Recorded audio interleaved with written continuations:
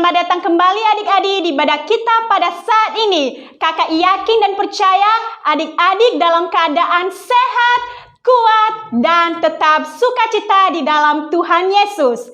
Sebelum kita memulai ibadah kita, terlebih dahulu mari kita bersatu di dalam doa. Tuhan Yesus yang baik, kami bersyukur jikalau pada saat ini Engkau masih menyertai kami. Dan pada saat ini Bapa yang baik, kami mau datang memuji dan mendengarkan firman-Mu Tuhan Yesus. Mari Engkau hadir di hati pikiran kami Tuhan Yesus. Kiranya ibadah kami pada saat ini berkenan di hadapan-Mu. Terima kasih Tuhan Yesus, di dalam nama-Mu kami berdoa dan mengucap syukur. Amin. Kakak yakin dan percaya adik-adik dirubah oleh Tuhan Yesus dari kelakuan yang tidak baik menjadi baik. Dan kakak yakin dan percaya kita kuat di dalam Tuhan Yesus. Untuk itu saya ajak adik-adik untuk menyanyikan lagu dengan judul Perubahan Hidupku.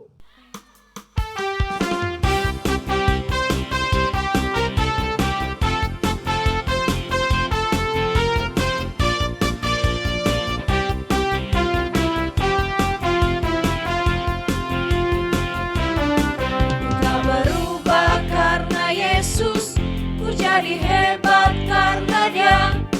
Dengan Yesus ku dapat kalahkan musuh.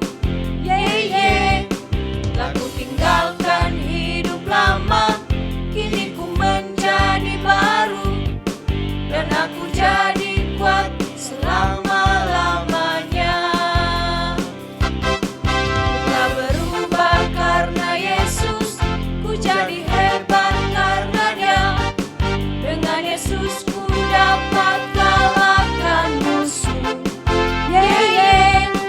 Aku tinggalkan hidup lama, kini ku menjadi baru, dan aku jadi kuat selama-lamanya. Ku hebat sebab Yesus yang hebat, ku kuat sebab Yesus yang kuat, ku jadi pemenang sebab Yesus telah jadi pemenang.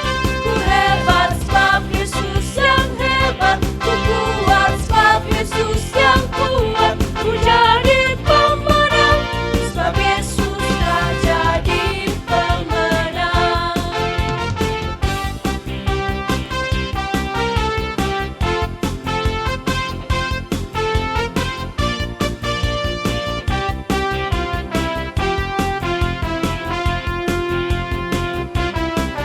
Telah berubah karena Yesus, ku jadi hebat karena Dia. Dengan Yesus ku dapat kalahkan musuh. Telah ku tinggalkan hidup lama, kini ku menjadi baru, dan aku jadi kuat selama-lamanya. Ku hebat sebab Yesus yang hebat, ku kuat sebab Yesus yang kuat, ku jadi pemenang sebab Yesus telah jadi pemenang. Ku hebat sebab Yesus yang hebat, ku kuat sebab Yesus yang kuat, ku jadi pemenang sebab Yesus telah jadi pemenang.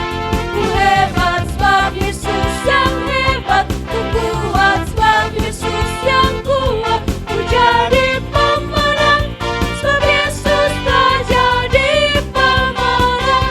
Ku hebat sebab Yesus yang hebat, ku kuat sebab Yesus yang kuat, ku jadi pemenang sebab Yesus telah jadi pemenang. Ku jadi pemenang sebab Yesus telah jadi pemenang. Ku jadi pemenang sebab Yesus telah jadi pemenang.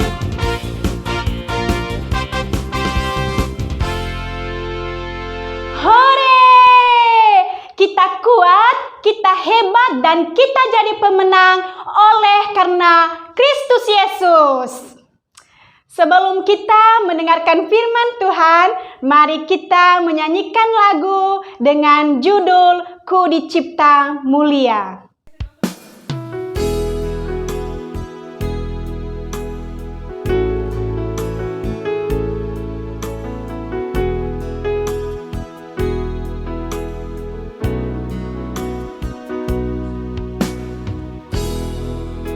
Dicipta mulia,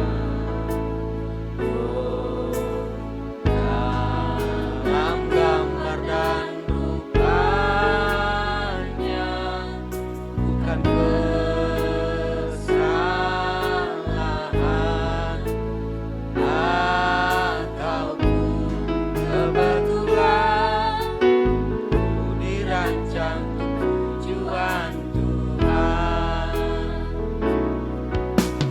Ku berharga, ku istimewa. Syukur padamu Yesus. Rinduanku hanya satu, jadi penyembahmu.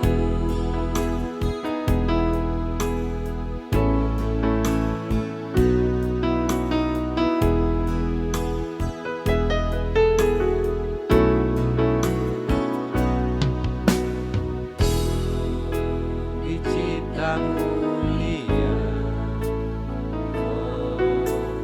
dalam gambar dan rupanya, bukan kesalahan ataupun kebetulan. Ku dirancang tujuan Tuhan. Ku berharga, ku istimewa. Syukur padamu Yesus. Rinduanku hanya satu, jadi penyembahmu. Ku berharga, ku istimewa. Syukur padamu Yesus. Rinduanku hanya satu, jadi penyembahmu. Dahsyat dan ajaib kejadianku, sempurna karyamu Yesus.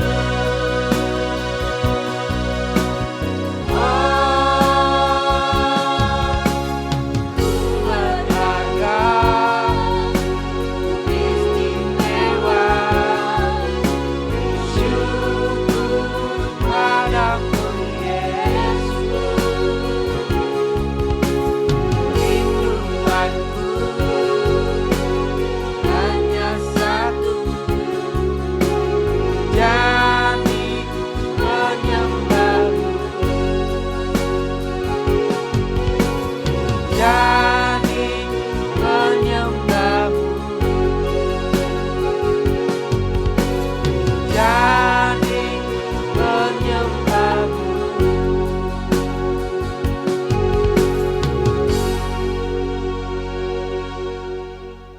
Baik adik-adik, pada saat ini kita akan mendengarkan firman Tuhan. Namun sebelum itu, mari sama-sama kita berdoa.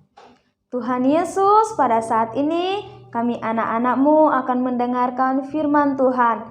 Tuhan Yesus berkati kami sehingga kami dapat mengerti. Di dalam nama Tuhan Yesus kami berdoa. Haleluya, amin. Nah adik-adik, pada saat ini kakak mau bercerita tentang seorang hakim di bangsa Israel. Namanya ialah Yeftah. Yefta ini adalah seorang yang gagah perkasa. Dia mempunyai seorang ayah yang namanya Gilead. Nama ayahnya adalah Gilead. Tetapi adik-adik, ibunya adalah seorang perempuan sundal. Nah, adik-adik, ayah dari Yefta ini mempunyai istri sah. Dan dia melahirkan anak-anak bagi Gilead. Setelah anak-anaknya itu beranjak dewasa, mereka mengusir Yefta. Mengapa? Mereka mengatakan, kamu tidak akan mendapat harta kami karena kamu adalah anak dari perempuan lain. Nah, adik-adik, apa yang dilakukan Yefta? Yefta lari, dia pergi jauh dari saudara-saudaranya itu. Dia bergabung dengan orang-orang yang mengembara. Dia bergabung dengan orang-orang dan mereka sama-sama mencuri, merampok adik-adik. Nah, tiba pada suatu saat Bani Amon menyerang bangsa Israel. Bangsa Israel tidak dapat melakukan apa-apa. Dan ternyata adik-adik, para tua-tua Israel mereka mencari Yefta. Mereka menjemput Yefta dan mereka mengatakan demikian. Mari, jadilah panglima kami, dan biarlah kita berperang melawan Bani Amon. Tetapi kata Yefta kepada para tua-tua Gilead itu, bukankah kamu sendiri membenci aku dan mengusir aku dari keluargaku? Mengapa kamu datang sekarang kepadaku pada waktu kamu terdesak? Kemudian berkatalah para tua-tua Gilead kepada Yefta, Memang, kami datang kembali sekarang kepadamu. Ikutilah kami dan berperanglah melawan Bani Amon. Maka engkau akan menjadi kepala atas kami, atas seluruh penduduk Gilead. kata Yefta kepada para tua-tua Gilead. Jadi, jika kamu membawa aku kembali untuk berperang melawan Bani Amon, dan Tuhan menyerahkan mereka kepadaku, maka akulah yang akan menjadi kepala atas kamu. Lalu kata para tua-tua Gilead kepada Yefta, Demi Tuhan yang mendengarkannya sebagai saksi antara kita, kami akan berbuat seperti katamu itu. Nah adik-adik, maka ikutlah Yefta dengan para tua-tua itu. Setelah dia ikut kembali, dia mengirimkan utusan untuk Bani Amon dan mengatakan demikian. Apakah urusanmu dengan aku, sehingga engkau mendatangi aku untuk memerangi negeriku? Jawab Raja Bani Amon kepada utusan Yefta, Orang Israel ketika berjalan keluar dari Mesir telah merampas tanahku, dari sungai Arnon sampai ke sungai Yabok dan sampai ke sungai Yordan. Maka sekarang kembalikanlah semuanya itu dengan jalan damai. Lalu Yefta mengirim pula utusan kepada Raja Bani Amon dengan pesan, Beginilah kata Yefta, orang Israel tidak merampas tanah orang Moab atau tanah Bani Amon. Sebab ketika berjalan keluar dari Mesir, orang Israel melalui padang gurun sampai ke Laut Teberau dan tiba di Kades. Ketika itu orang Israel mengirim utusan kepada Raja negeri Edom dengan permintaan, Izinkanlah kiranya kami berjalan melalui negerimu ini. Tetapi Raja negeri Edom tidak mau mendengar. Mereka mengirim juga utusan kepada Raja negeri Moab, tetapi Raja ini menolak. Maka orang Israel tinggal di Kades. Kemudian mereka berjalan melalui padang gurun, menempuh jalan keliling, tanah Edom dan tanah Moab. Lalu sampai ke sebelah timur tanah Moab. Maka berkemahlah mereka di seberang sungai Arnon, dengan tidak masuk daerah Moab, sebab sungai Arnon itulah batas daerah Moab. Lalu orang Israel mengirim utusan kepada Sihon, raja orang Amori, raja di Hesibon, dan orang Israel meminta kepadanya, Izinkanlah kiranya kami berjalan melalui negerimu ini sampai ke tempat yang kami tuju. Tetapi Sihon tidak percaya kepada orang Israel yang hendak berjalan melalui daerahnya itu. Maka dikumpulkannyalah seluruh rakyatnya. Ia berkemah di Yahas, lalu berperang melawan orang Israel.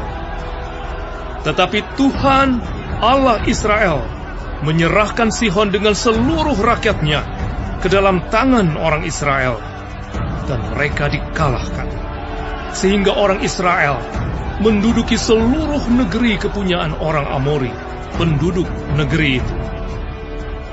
Demikianlah dimiliki orang Israel seluruh daerah orang Amori itu, dari sungai Arnon sampai ke sungai Yabok, dan dari padang gurun sampai ke sungai Yordan. Maka sekarang Tuhan Allah Israel telah merebut milik orang Amori bagi Israel umatnya. Apakah engkau hendak memiliki pula tanah mereka itu? Bukankah engkau akan memiliki apa yang diberi oleh Kamos Allahmu? Demikianlah kami memiliki segala yang direbut bagi kami oleh Tuhan Allah kami. Lagi pula, apakah engkau lebih baik dari Balak bin Sipor, Raja Moab? Pernahkah ia menuntut hak kepada orang Israel? Atau pernahkah ia berperang melawan mereka? Ketika orang Israel diam di Hesibon dengan segala anak kotanya, di Aroer dengan segala anak kotanya, dan di segala kota sepanjang kedua tepi sungai Arnon selama 300 tahun, mengapa pada waktu itu engkau tidak melepaskan kota-kota itu? Jadi aku tidak bersalah terhadap engkau, tetapi engkau berbuat jahat terhadap aku dengan berperang melawan aku. Tuhan, hakim itu, Dialah yang menjadi hakim pada hari ini antara orang Israel dan Bani Amon. Nah adik-adik, rupanya Bani Amon tidak mendengarkan apa yang dikatakan oleh utusannya Yeftah. Maka dari itu bekerjalah roh Tuhan di dalam dirinya Yeftah. Dan ia bernazar, dia berjanji kepada Tuhan bahwa jika Bani Amon bisa dikalahkan dalam tangannya, dia akan mempersembahkan siapapun dan apapun yang keluar dari rumahnya untuk menjadi korban persembahan bagi Tuhan. Nah adik-adik, maka berangkatlah Yeftah untuk berperang. Dan dia mengalami kemenangan yang sangat besar. Dia mengalahkan 20 kota dan kota-kota yang lainnya. Nah adik-adik, setelah Yeftah pulang dari peperangan, yang menjumpai dia di saat dia pulang ternyata adalah anaknya. Anaknya satu-satunya, seorang perempuan. Nah adik-adik, apakah Yeftah menepati janjinya kepada Tuhan? Iya dong, dia menepati janjinya kepada Tuhan untuk memberikan siapapun yang menyongsong dia yang pertama kali untuk menjadi persembahan kepada Tuhan. Dia memberikan anaknya untuk menjadi korban persembahan kepada Tuhan. Adik-adik, sebelum anaknya dijadikan korban persembahan bagi Tuhan, anaknya memberi satu permintaan, bahwa dia akan menghabiskan hidupnya, akan menghabiskan waktunya dengan teman-temannya selama 2 bulan. Nah adik-adik, demikian cerita dari Hakim Yeftah. Nah adik-adik, pelajaran apa yang kita dapatkan dari cerita Yeftah?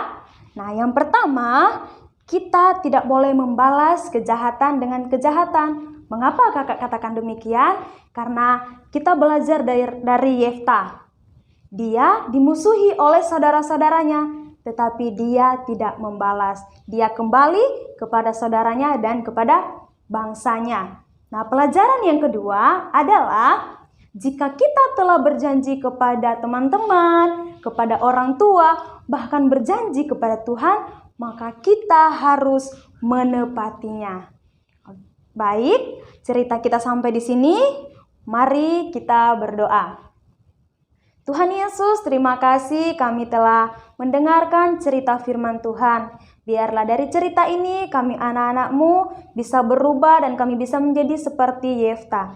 Terima kasih Tuhan, di dalam nama Tuhan Yesus Kristus kami berdoa. Haleluya, amin.